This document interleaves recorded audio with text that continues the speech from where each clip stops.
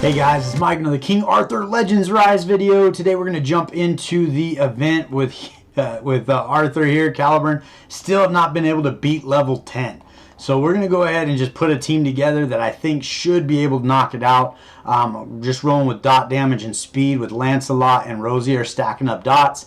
Morgan getting that defense down to do a little extra damage. And then Nika coming in strong with those heals. Probably actually move her over to her Frost Relic. We'll give that a shot, see how that works out.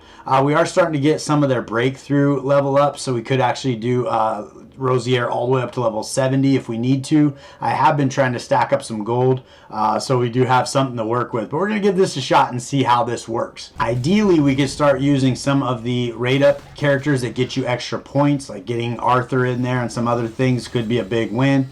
But for the time being, I just want to actually beat it, because this is the first time I've ever gotten past stage 8. So I definitely want to finish the event as far as being able to complete all the levels. From there, we can start looking at getting a little bit more points per run. But we're going to get through here. Got the big heals coming in from Nika. That's her Frost Relic does do better heals. I have not upgraded all the skills, whereas I think her Flame Relic for me is maxed out. But we do have the increased damage taken plus the defense down going on Weisgelag right now. And those dots are going to start stacking up. Both Lancelot and Rosier are putting dots on for multiple turns based on chivalry. And then Rosier is actually adding to those. So they should stack up over time and kind of start doing more and more damage.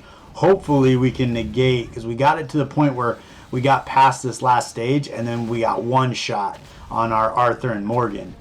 So hopefully we can take off enough damage where we don't have to take any extra hits after that, or Nika by herself can stay alive and the dots can kind of roll through and take Weisgelag out. But it's looking pretty good so far. Hopefully we get, I'm thinking we might be right about there. Next time we get a turn, maybe that'll be it for Weisgelag. Got into his last state here with the tail. Get a few more dots on him. And that's it. He didn't get a turn. So perfect. So we were able to beat it on stage 10. Now I can kind of horse around, see if I can get a team where we're utilizing Arthur and some of the other champions. Got one raid up summon. Man, I feel like I worked really hard for that raid up summon. But that is pretty exciting. I'm really glad that I was actually able to beat it, because that is the first time we've had one of these event dungeons, and I've been able to get through all 10 levels on the second chapter. If we jump over into the event shop, I have not been farming in here because I haven't had a stage 10 team. It could make sense to back up a level or two and then farm with other characters that get you extra points. So I'll probably end up doing that. Just so I can get 2 or 3 of those characters that get us extra points. The only thing I bought in here, I think, are the rate up summons so far. So I do have some stamina to get through, so maybe I'll get in there and get that rolling. So in the Hall of Conquerors, I've been kind of floating around in here. I meant to get in here before that reset took place, but unfortunately I just didn't have time. But if we come in here, you can see this first place ranked gentleman actually is on stage 102, so that's pretty exciting to see those people start leveling up. You can see the way they broke their teams down and what teams they went with where, which is kind of a good starting point. If you notice like a lot of consistencies in a certain team, you might start there and then kind of branch out as you go. But if you take a peek at this gentleman here in third place, he's only run 2 of his 3 teams so far. So he probably will step up into that final spot. But they're really just going on how many hearts you've destroyed, and then if you're tied, it'll tell you how tiebreaker is how much power, how much damage you've done. But this is a great way to kind of put a team together. You can kind of see, you know, Caliburn, Arthur here. Anya seems to be pretty consistent in this space. They also have Turin in here as their healer, so that could be a great way to start building that team. Down here you've got Kay and Tristan as well. So it's kind of a way to see what other folks are doing, give you some ideas on how to beat some of these and try to maximize your numbers. It was also kind of nice kind of looking through the rewards as far as things that we got for that. I think it was just a 7-day season. So every week, so to speak, we should be looking at getting rewards out of these. You can see I have a lot of opportunities here. I did a little better on my last one, but I was trying to play with some different things and see if I could get it done. I don't think even my Clarison has any gear on her at all. And then I do need to work on some builds. I think I have some gear on my Turin, but probably not enough. So kind of work through some of those things and do a little better and get over here in Talos and get a score up there as well. But getting these extra rewards every week are going to be pretty cool, especially as we start to stack up these memory rudiment selectors. This is going to allow you to basically save up and get chivalries for any character you want in the game, as long as they're in the summoning pool, which I think is going to be a pretty cool win in that space, because you can really start to get your focused legendary heroes maxed out, even as a low spender or free-to-play player. So we got 13 million gold over here. We're going to build our turn and actually put together a team for Steel Flanked Penveid. Here, she is probably never going to run alongside Nika, so having her in a Vigor set probably makes sense. So if we did Vigor and probably Life, because all of her heals are based on her max HP. So we're going to see if we can get her in full 6-star gear and get her dialed in. I'm going to go ahead and put a build together, and then I'll bring you back in when I figure out what I'm doing. Alright, so I think we got her dialed in here in a Life and a Vigor set. On the helmet here, we've got her with 2 rolls in HP and a roll in attack speed. We do want her running fast so she can bring those heals up as often as possible. Again, 2 rolls in HP and then just the single on attack speed there. And then we got HP and attack speed there. I did go through and use my changing dust to do the best I could. We did get 2 rolls here on recovery, which can be big, but on an HP pendant for her. And then an HP and then percent, not flat stat, because they're going to get a lot more HP out of these percentages. And then 2 rolls in speed on that one. This one we got 2 rolls in speed plus a recovery on the ring. And then we have 5-star. We do have some opportunities here. I don't think we have a 6-star piece that's going to get her recovery. So we're going to hold on to that guy. And then we have her in recovery here as well, with a little bit of attack speed there, but not a whole lot to write home about. But if we take a peek at her stats, I'll get myself out of the way. So if we take a look at her stats here, we got her speed up here at 153. Pretty slow. Ideally, she'd be going a little faster there. And then her HP is at 28,000, but we would probably want to get that a little higher as well. We do have a recovery up at 109, so her heals should come in really strong. We could probably actually replace maybe one of the recoveries with some more HP, just to make her a little more tanky, but we're going to see how she does and how she survives. So the other folks on our team is going to be Caliburn Arthur, who we have dialed in here in a, what do we got? Ascension set with extra attack, and then a Safeguard set for a little bit of durability. And then I think I do want to change out this Safeguard set to actually go to damage, just make him pure damage, but we'll sit tight on that for right now. Alright, so we're going to go ahead and bring this team in here. We got Caliburn Arthur there with the lead ability with that extra damage. Then we were going to bring in Anya, and then Tristan and Turin here. I'm trying to think if we don't have Turin's Flame Relic upgraded at all, so we're going to stick with the Storm. We should probably put a little bit of effort into that. Unfortunately, it's pretty low. But we did get some heals going on there, so that will actually step up her HP quite a bit once we start getting those extra stats from her Relic. But let's go ahead and give this a shot. Hopefully we do a little better than we did last time. Again, we want to focus on the boss. Let's jump in here and see what we got going on the skill orders.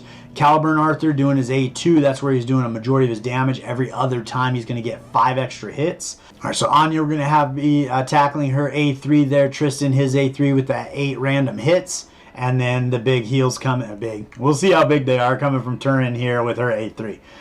So that's going to be the game plan moving forward. Let's give it a shot and see how we do. Kind of get a feel. The tough thing with Steel Flanked Penveid is he initially puts on this heal disruption buff, and slowly he picks your team apart because there's not really a way to remove this, at least that I'm aware of.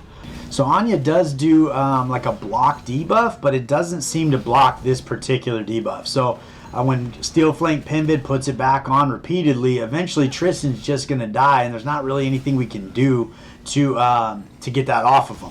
Now what we could do is potentially bring in like a Merlin, and if Merlin gets below 30% health, he'll actually revive.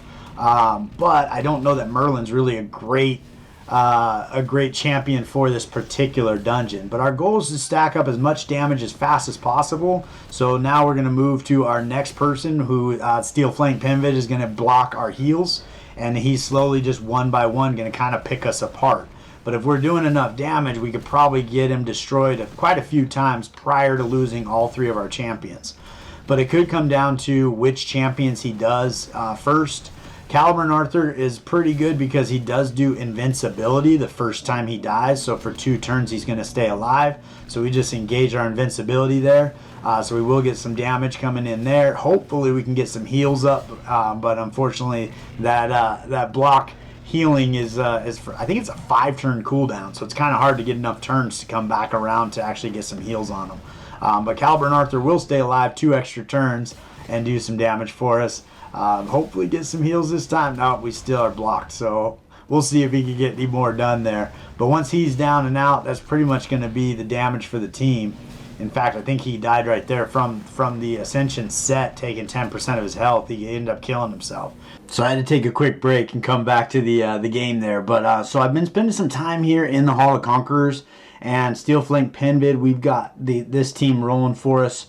We got Caliburn Arthur, Anya, Turin, and Flame Tristan, and that seems to be doing pretty well. I cannot survive 200 turns against Penveid. With his heal reduction, I think this particular run I did get pretty fortunate. I might have resisted it a couple times, or maybe Anya had her buff block up or debuff block up, and then finally it did land on Arthur, but he has immortality, so he got a couple extra turns, do a little extra damage there. But ultimately right now my goal for each and every boss is to get past level 20. If you look at the rewards available once you clear boss 20, so here on the Steel Flank Penveid, you're getting some of these rudiment memory stones.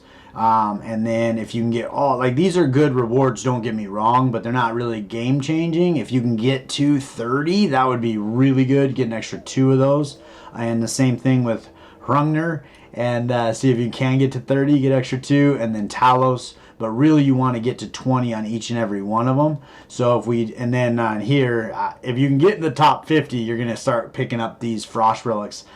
This right here is exactly what I was talking about for kind of putting the carrot further away. This is something you're going to have to play season in and season out and accrue. You got to get 10 of these to get his frost relic, and this relic is not available anywhere else in the game. So you really need to start working towards getting in that top 50. I would like to see something where it was a little more achievable for all players, because top 50 right now is not too crazy.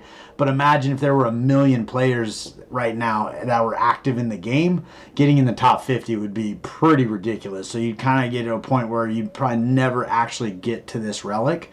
But that's a problem they can solve when we get there. But this is exactly what I was talking about as far as kind of kicking the carrot down the road and giving those in-game players something to work towards that's beyond just farming Gorgos. So that's pretty cool. I did want to call out in Hrungnir here. I don't see a lot of people using Brennan, and I think Brennan is an absolute beast for this fight. Let me show you why. Because Hrungnir does a charge attack where he does a significant amount of damage pretty early. And so if you get up here and you run Brennan's A2, he's going to do a taunt, and the taunt pulls Hrungnir out of that charge attack. It also is putting a barrier up and taunting Hrungnir to attack Brennan. So the damage that he's doing actually does not affect Brennan because it's not getting through his shield. So I think that he's an absolute all-star for this particular fight. But I'm not seeing a lot of people using him, so I'm not sure if they're using him other places or they're just not using him at all. But I feel like he's an absolute beast here. So we're going to sit tight until Hrungnir gets to his charge attack, so you can see what I'm talking about. I do have a lot of work on my Iwart. So charge attack right there, he puts up the taunt, he immediately pulls his axe down, and now he's taunted. Now he cannot be taunted unless he's doing that charge attack. So the rest of the time he's not going to just attack Brennan, but Brennan becomes kind of like a punching bag for him and takes away that huge hit. And with that, Nika's heals are more than enough to keep everybody topped off and alive. So I actually can make it all 200 turns against Hrungnir. I just need to worry about doing a little more damage, which is where upgrading Iwart is going to come into play. I'll pull you back in one more time just to show it again on that charge attack. He's going to go ahead and pull his axe up, I think right now. Nope, not yet. But again, just spamming Brennan's A2 is going to be all you need. And you should be able to get all the way through turn 200, pending your gear and how far along you are in the game. But I don't think at any point am I ever near being killed. But here's that charge attack going. Brennan's going to go with his A2. and he's going to pull that axe, immediately lands that taunt for 2 turns, and you're not taking that huge hit. So I need to work on my Iwart, get my gear up, my relic up, as far as getting more damage out of her, and then I could probably start pushing 30 kills on Hrungnir here and get those extra rudiment memory stones. I've also heard you can use stuns and sleeps and things like that to get him out of that taunt as well, but I feel like Brennan does a lot of work for you there. But as I look at the leaderboard, I do see Brennan being used a little bit in the Steel Flank Penveid. I think that's going to be for his counter strikes with shields, and I think you need a certain chivalry on. I think chivalry 4, if I remember correctly, where that's going to be pretty effective. I don't have him that high, and I do have Tristan's Flame Relic, so I get those extra hits to bring the shield down. I did see over here as well in Talos somebody was using him, but it doesn't seem to be super common use over there either. So I'm not sure, like these top teams were using Brennan here. This team does not using him at all, so maybe they didn't go for him. I'm not sure. This team doesn't have him at all. So I do think like bringing him into this space, he works out great to get you pressed along in that area. And then you just got to worry about doing as much damage as you can, but he's going to keep you pretty survivable. But if we take a peek at my teams here, obviously I have a lot of work to do to get these guys dialed in, but I'm going to work on, now that I have these 12 players, these 12 champions that are doing over 1 million damage in every single one of them. Now it's just a matter of kind of fine tuning it. Maybe I can squeak out 30 here. Maybe I can squeak out 30 here if I can get more damage out of my Iwart, because I got all 200 turns to do it. And then I guarantee I can get to 20 here by upgrading these guys and getting them dialed in. So it's just a matter of just playing with some gear and getting that done. Do have 4 days to do that. But again, those rewards are going to be pretty good when you start stacking up 2. And I think you actually get 1 at 10 kills too. So you're getting 3 per boss. That's going to be 9 every season that this is going on. If you can make it to 30, you're actually going to get 5 per. So that's going to be 15 each season you're doing this. And again, those rudiment memory stones are just a copy of that character once you get to 100. So you can basically pick and choose which chivalries you want to work on, assuming they are in the summon pool. So right now, Caliburn Arthur and Brennan are the only 2 that are not in the summoning pool. But you can see here on my Iwart, I got her on level 60. Haven't even broken her through yet to take her to level 64. I do have 8 million silver. That's probably going to use... Oh, it's so painful. So painful. We're going to do it because, look, I mean, we get those extra stats and then all of her percentage. I don't know that I've gone through and rebuilt her. So that might be worthwhile, too. I think she's in a full crit set. Yeah, so if I take a look at her... If I take a look at her gear, there is a lot to be desired here. A couple 4-star pieces, all crit rate. It'd be better to get her in an attack set or something like that. Probably don't need to put her in a vigor set because she is running alongside Nika, at least in this battle. And probably will be most of the time because she's a damage dealer. I will need a healer to go with her. So I'd probably build her straight for damage. Probably put her in an Ascension set and maybe a damage set just to get that done. I was going to bring up on Caliburn Arthur, when he does have his immunity, or immortality, I keep calling it immunity. When he has his immortality, the Ascension set may not be the best for him because he hovers at 1 HP, and if he happens to lose his immortality and take a turn prior to getting healed, when this takes off its 10%, it kills him. So I think that by removing him from this, he could stay alive a little longer. But unfortunately, he's not going to do as much damage. So I kind of go back and forth on whether or not I want to take him out of this gear. This would be great gear for like a Bedivere or any other damage dealer Iwart. And I think it is good gear for him, but because of that immortality function, it could kind of not work as well as you'd hope. But I am going to spend some time building up my Flame Iwart. I'm going to go ahead and awaken her. These guys here are stacking up a little bit, and I do have some selectors there, and I do have quite a few pedestals, so I am going to use some of these materials right now. I feel like I can stack them up fairly quickly if I needed to. I was going to mention on the talismans here, when you source these in the Master of Death dungeon, you're spreading them out significantly more than you do with the book. So when you go into the Sealed Temple, when you go into here, you're getting 7 different legendary talismans that can drop. Versus here, there's 3 legendary books.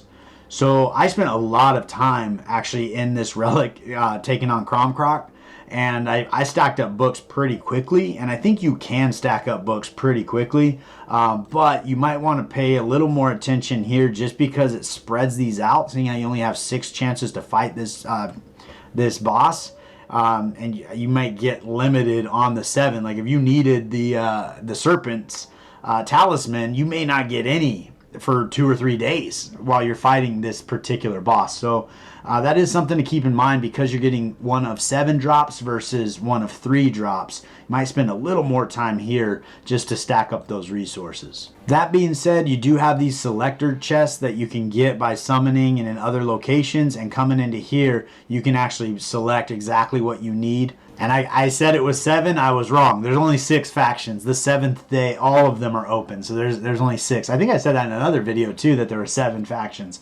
But we could definitely use some more factions in the game. Gonna go ahead and use one of these skills ups. We're not gonna quite have enough for that second, although maybe I might just do it. 16. I'm gonna do it. I want to do it. She's an amazing champion. I have all 3 of her relics, so it'd be good to have all of her passive skills maxed out. So we're going to go ahead and do that next, and then we're going to keep on fighting that boss and hopefully get some of those serpent talismans. On the chivalry front, we're on chivalry level 5. Next, she's getting attack speed plus attack will be pretty big. On chivalry level 8, this is going to be a very strong chivalry for her. But some of these guys back here, I think chivalry 3 was strong and chivalry 1 is pretty strong. So I do have a pretty solid Iwarit, but getting her to chivalry level 8 would be amazing. So I will be working towards that, and I think she is on my wish list. I am going to have to jump into the Shrine of Storms and get 7 of these. I don't know how I don't get any of these drops ever. I feel like there's something broken in the mechanics there as far as the drop rates or something, but I never received these farming stage 10, which, I mean, I would not want to get these instead of legendary, but I think you should get a couple of them every time on top of the legendary drops that you get. I think would probably make sense, but I don't know. For some reason, these guys I hardly ever get. And then the other thing I hardly ever get are the green seeds. For some reason, like from the alchemy, once I used all my green seeds, like I never really accumulate more of these. It's taken me several weeks to accumulate 199. So I don't know what the drop rate is on those, but they don't seem, I'm never needing them other than alchemy. But you would think on my daily tasks I would be getting those from Aldry there. But apparently those are pretty hard to stack up when you're farming stage 10. I did want to touch base since the update and say that there's been a couple areas where my teams are no longer successful. Like I had 100% Shrine of Storms team. I think that was mainly due to Sergius's nerf. But it just seems like this team has fallen apart. I think I had to go back in and work on some of my other teams too, like Wyskalag and stuff like that. So I'm not sure if there was other stats that got affected in the update or something. Maybe they adjusted the bosses, how fast they were or some of their stats. But it's just kind of interesting. I feel like every time they run through an update, some of the bosses get a little harder, which is, I don't think it's necessarily bad, but I mean, for a beginning game player, I think it'd be kind of frustrating when you barely get to a team that can beat stage 10 and all of a sudden you just can't beat it anymore and you don't know why. That's kind of interesting. But for an in-game player, I think it's kind of fun just because if it's a challenge, you're like, hey, why is this not working now? Let me put together a new team. The other thing I didn't like is during the update, they did remove, like, all of your saved teams went back to nothing, which I think is kind of a miss because I had to go back and really think, like, what was my team for, for Shrine of Storms? What was my team for all these battles that I know was 100% success? And then kind of had to go back and re-put them together, which I think was a little frustrating. Hopefully in the future, that's not something we have to deal with as they run these updates. So I did a rebuild on my Iwarit, got a little bit of extra stats on her. She's definitely got some work to go. It's not a perfect go, but I brought her back into Hrungnir here. We are at 33 hearts killed or destroyed up to a B rating and into 3 million damage. So this team here is going to get me those extra 2 rudiment memory stones, which is awesome. And then I can start working towards maybe trying to get 30 kills on all the other bosses. But I'm going to turn this back on auto just to see how we wrap up here. I hope we can get them down one more time. 34, we're over 3 million, so that's pretty good. One more turn left. and Nika does her heal, and that's it. So we did the full 200 turns, but we almost doubled how much damage we were doing just by stepping up our Iwerit build into something a little more attack focused. So I forget where we left off with Iwerit. She's now my 4th strongest player. But on the relic side of things, we did get it all the way up to 60, 5-star awakened. The skill ups we did almost full. We were almost there. We need 2 more honor A2, which is what the one we use the most, which is kind of funny. So we will get more damage out of that, plus an extra turn of mark. I did unfortunately bring her effect accuracy down. I need to get a belt with effect accuracy on it really bad. But we put her in an ascension set and a damage set and got her pretty decked out. We did run out of gold because we always run out of gold. Tried to get her with some speed here, but this is another spot we could actually get a little more damage on her potentially. And then we have some opportunity here for crit rate moving forward as we level that up. But her stats, let me get myself out of the way again. We got her at a 161 speed, so not super fast. But it will speed up when we level up that ring. And then we did get her attack over 5,000. Crit damage is at 92%. Crit rate is at 55, but again, it will stack up a little bit. Effect accuracy was at 30. Now it's at 16. So overall, her stats are pretty solid, but we do have some opportunities, and eventually we'd like to get her in a strife set so she's doing damage and killing people. She does get the chance to go again. I think that would be a big win for her. But unfortunately, my keepsakes are leaving a lot to be desired. But I think that's about what I got for you today. I appreciate you guys hanging out with me all the way to the end. I'm going to farm up these guys, work on my Iwerit, go back into the Hall Conquerors, and see if I can get a little bit further along the way. But I appreciate you guys, and I look forward to seeing you next time.